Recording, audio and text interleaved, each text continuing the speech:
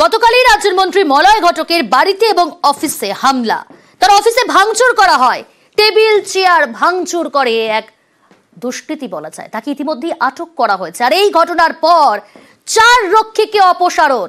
মলয় ঘটকের বাড়িতে হামলার জের সরানো হলো মন্ত্রীর 4 নিরাপত্তা রক্ষীকে, 4 কর্মীকে সরিয়ে দিল আসানসোল দুর্গাপুর পুলিশ। টেলিফোন লাইনে রয়েছে প্রতিনিধি দীপক। আরো বিস্তারিত জানবো, দীপক রয়েছে আমার সঙ্গে। দীপক, গতকালই মন্ত্রী মলয় ঘটকের বাড়িতে হামলার ঘটনা ঘটেছিল। যে সময় এই ঘটনা ঘটে সেই সময় মন্ত্রীর বাড়িতে উপস্থিত ছিলেন নিরাপত্তা রক্ষীরা। সেই নিরাপত্তা রক্ষীদেরকে এড়িয়ে পড়ে একজন যুবক কিভাবে মন্ত্রীর বাড়িতে ঢোকেন এবং তার দপ্তরে ঢুকে পড়ে এইভাবে হামলা চালায়, এই ঘটনায় তদন্ত শুরু করে আসানসোল দুর্গাপুর পুলিশ।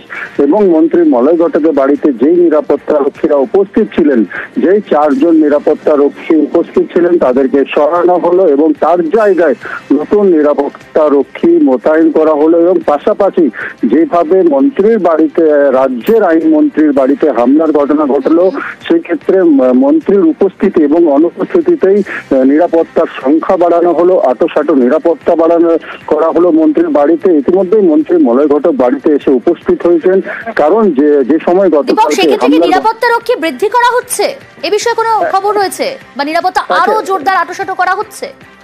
একেবারে নিরাপত্তা আরো জোরদার আটোসাটো নিরাপত্তা করা হয়েছে।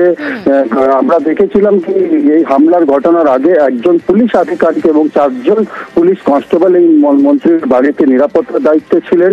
সেই 4 জন কনস্টেবলকে সরিয়ে দেওয়া হয়েছে এবং 4 জন নতুন কনস্টেবল এবং বাড়তি পুলিশ মোতায়েন করা হয়েছে মন্ত্রীর বাড়িতে।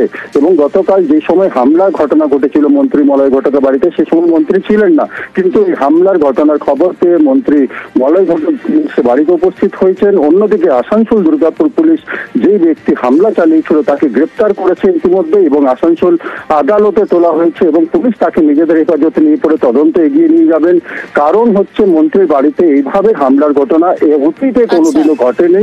স্বাভাবিকভাবেই মন্ত্রীর পরিবার এই বাড়িতেই থাকেন, তাই আতঙ্কিত হয়ে পড়েছেন পরিবার। সেই স্বাভাবিকভাবে কালকের এই ঘটনার পর সবথেকে বড় প্রশ্ন যেটা, যে একজন মন্ত্রীর বাড়িতে কিভাবে এই হামলা, যেখানে তার অফিসে ঢুকে তার টেবিল ভাঙচুর করা হয়, সব থেকে বড় প্রশ্ন এই জায়গায় নিরাপত্তা নিয়ে প্রশ্ন উঠেছিল।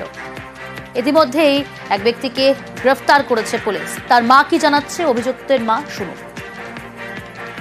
ওর মাথাটা এরকমের ঠিক না, ঘরের সব জিনিসপত্র সব অশান্তি করে, মানে সব কিছু নেই তো আমার ঘরে, মানে সব জিনিস ফেলে দিচ্ছে। ওর মাথাটা একটু ঠিক নেই বলে আমি এখান থেকে পালিয়ে গেছিলাম, অশান্তি করছিল বলে। ওর সঙ্গে কে থাকতো?